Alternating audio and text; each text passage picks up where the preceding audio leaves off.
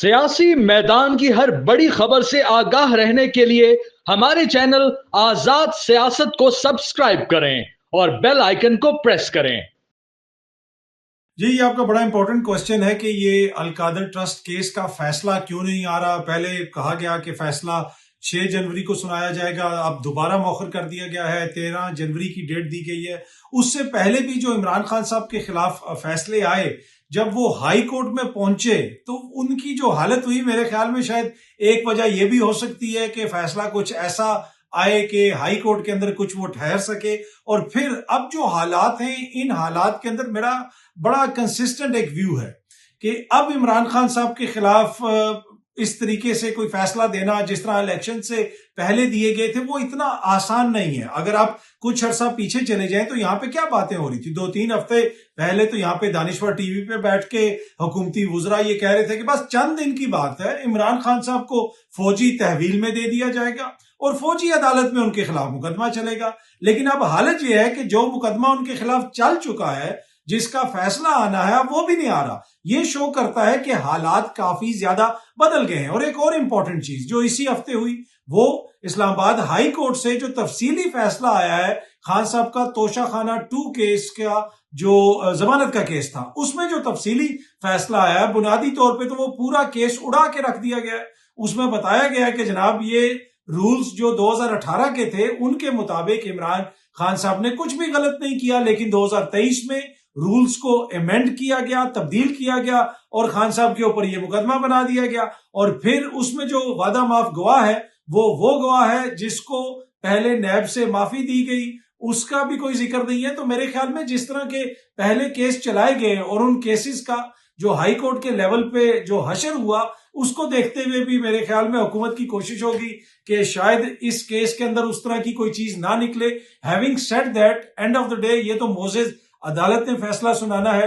اب کچھ لوگ اس کو مذاکرات سے بھی جوڑ رہے ہیں کہ مذاکرات کے دوران اس کو جو بارگیننگ چپ کے طور پہ استعمال کیا جا رہا ہے، اور عمران خان صاحب نے خود بھی اس کا ذکر کیا کہ جناب جیسے یہ جو فیصلہ ہے میرے سر کے اوپر کوئی تلوار ہے، ایسی کوئی بات نہیں ہے، مجھے اس کی کوئی پرواہ نہیں ہے، آپ سنائیں فیصلہ تاکہ پوری قوم بھی دیکھے اور دنیا بھی دیکھے۔ تو میرے خیال میں بہت سارے فیکٹرز ہیں، لیکن یقیناً یہ چیز بڑی پریشان کن ہے کہ فیصلہ عدالت مؤخر کرتی ہے، لیکن 2-3 دن پہلے صحافی یہ خبر دینا شروع ہو جاتے ہیں کہ معزز عدالت فیصلہ نہیں سنائے گی۔ آئی ڈونٹ نو کیا وہ پہلے فیصلہ انتظامیہ سے شیئر کیا جاتا ہے۔ یہ فیصلہ تو کافی دنوں سے محفوظ ہے اور میرے خیال میں پاکستان میں اس وقت سب سے زیادہ محفوظ یہ فیصلہ ہی ہے۔ تو ہم دیکھتے ہیں کب اس کو سنایا جاتا ہے۔ جی حکومت کی طرف سے مسلسل یہ مطالبہ کیا جا رہا ہے کہ تحریک انصاف کچھ ریٹن دے۔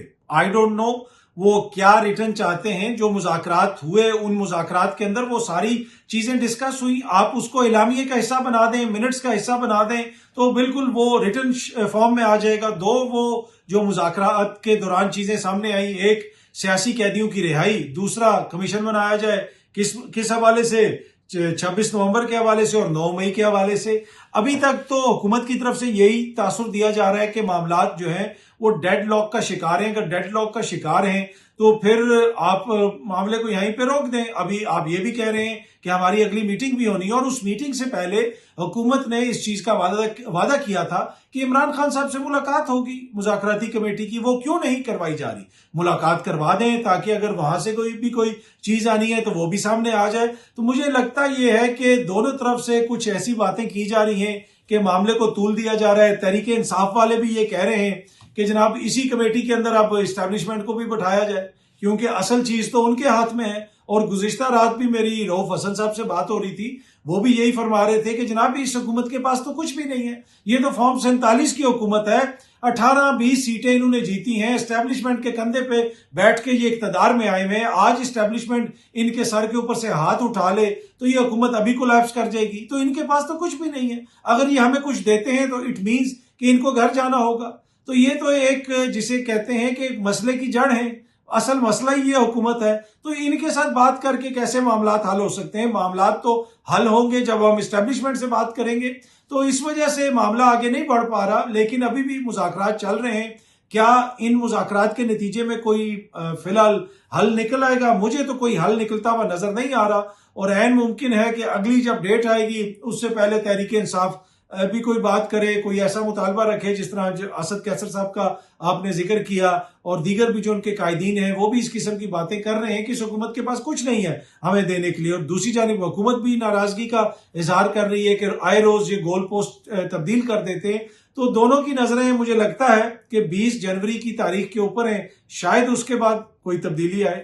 جی، یہ جو آپ کا کویسچن ہے کہ کیا عمران خان صاحب دوبارہ کوئی احتجاج کی کال دے سکتے ہیں، دیکھیں جی ابھی تو انگیجمنٹ ہو رہی ہے، حکومت کی طرف سے بھی الزامات لگ رہے ہیں، ایٹ دا سیم ٹائم مذاکرات بھی چل رہے ہیں۔ کل اگین رات کو جو خان صاحب نے ٹویٹ کیا، کافی لمبا وہ ٹویٹ ہے، ابھی بلکہ میرے سامنے بھی پڑا ہوا ہے، اس میں انہوں نے شہباز شریف صاحب کے حوالے سے بڑی الزامات لگائے، بڑی سخت زبان استعمال کی، ان کو اردلی کہا، اور بنیادی طور پہ اگین وہی چیزیں دہرائی کہ اس حکومت کے پاس کوئی مینڈیٹ نہیں ہے، ان کی حیثیت تو خدا نخواستہ نوکروں والی ہے، ان کو تو یہ چیز عطا کی گئی ہے کہ جناب یہ لیں، یہ حکومت آپ چلائیں، موج کریں، آپ کے پاس مینڈیٹ نہیں ہے، سیٹیں نہیں ہیں، کچھ نہیں ہے، پھر بھی ہم آپ کو یہ حکومت دے رہے ہیں۔ تو یہ جن کی مرضی سے ان کے پاس حکومت ہے، ان کی مرضی کے بغیر یہ کچھ نہیں کر سکتے۔ تو یہ سوچ ہے عمران خان صاحب کی، ان کی جماعت کی۔ اب 31 جنوری کو کیا ہوگا مجھے نہیں پتا کہ اچانک وہ کوئی احتجاج کی کال دے دیں گے، لیکن معاملات اس طرح نہیں چلیں گے۔ ابھی لگتا ایسے ہے کہ کہیں نہ کہیں یہ ریئلائزیشن ہے کہ جس نہج پہ ملک پہنچ چکا ہے، جس نہج پہ اس وقت سیاسی پارا ہے، اب مزید وہ نہیں چل سکتا۔ اب یہ نہیں ہے کہ یہ کوئی اچانک چینج آف ہارٹ ہے، حکومت نے یہ سوچا یا کسی اور دوست نے یہ سوچا کہ یار ملک صحیح نہیں چل رہا تو لہٰذا اب چیزوں کو تبدیل کیا جائے، مذاکرات کیے جائیں، یہ کیا جائے، وہ کیا جائے۔ نہیں، ایسی بات نہیں ہے، یہ اب حالات کا جبر ہے، یہ مجبوری ہے۔ آج حکومت عمران خان کے ساتھ جو بیٹھی ہوئی ہے وہ مجبوری کی وجہ سے بیٹھی ہوئی ہے، وہ خوشی سے نہیں بیٹھی ہوئی۔ انہوں نے تو کہا کہ عمران خان کے اوپر ریڈ لائن لگ گئی ہے، یہاں پہ جو بھی اس طرح جاتا ہے وہ کبھی واپس نہیں آ سکتا، یہ جناب وطن دشمن ہے، ان سے بات نہیں ہو سکتی، یہ 9 مئی والے ہیں، ان کا یہ بھی مسئلہ ہے، ان کا وہ بھی مسئلہ ہے۔ یہ ساری چیزیں انہوں نے کر کے دیکھ لیں، جماعت کو توڑ کے دیکھ لیا، عمران خان صاحب کو اوپر نیچے سزائیں دے کے انہوں نے دیکھ لیا، فوجی عدالتوں میں مقدمات چلا کے انہوں نے دیکھ لیا، وہاں سے بھی سزائیں ہو گئیں، وہاں سے جو سزا معاف کروا کے باہر نکل کے لوگوں نے دوبارہ عمران خان زندہ باد کے نعرے لگا دیے۔ تو یہ سب کچھ کر کے دیکھ چکے ہیں، اور ان کو اب اس چیز کا پتہ چل چکا ہے کہ عمران خان اتنی بڑی سیاسی حقیقت ہے کہ اس کا خاتمہ ممکن نہیں ہے، لہٰذا اس کو انگیج کرو، اس سے بات کرو، اس کی جو سیاسی حقیقت ہے اس کو تسلیم کرو، اس کے بغیر ہمارا گزارا نہیں ہے۔ تو اب جو ہم دیکھ رہے ہیں وہ کوئی چینج آف ہارٹ یا کوئی رحم دلی یا ملکی مفاد میں چیزیں نہیں دیکھ رہے، وہ ہم مجبوری میں دیکھ رہے ہیں۔ حکومت اور ان کے دوست اس وقت جو عمران خان کی جماعت کے ساتھ مذاکرات کر رہے ہیں وہ مجبوری میں کر رہے ہیں، اور عمران خان کی سیاست نے ان کو مجبور کیا ہے کہ آپ میرے ساتھ آ کے بیٹھیں۔ اور وہ عمران خان جو نہ ٹی وی پہ آ سکتا ہے، نہ جس کی تصویر ٹی وی پہ چل سکتی ہے، نہ جس کا کوئی انٹرویو چل سکتا ہے، وہ عمران خان جو جیل سے باہر نہیں آ سکتا، جس کے لیے عدالت بھی جیل کے اندر لگتی ہے، اس نے 1.5 سال جیل کاٹ کے اور جیل کے اندر سے ایک طرح سے حکومت کو اور ان کے دوستوں کو مجبور کیا ہے کہ عمران خان صاحب کے وجود کو، سیاسی وجود کو وہ تسلیم کریں اور ان کے ساتھ بیٹھیں اور معاملات حل کرنے کی کوشش کریں۔ لیکن کیا یہ معاملات حل ہوں گے؟ مجھے نہیں لگتا، شاید کوئی ٹمپریچر تھوڑا اوپر نیچے ہو جائے، لیکن فی الحال مجھے کوئی بڑی جسے آپ کہہ سکتے ہیں نا بریک تھرو ہوتی بھی نظر نہیں آ رہی۔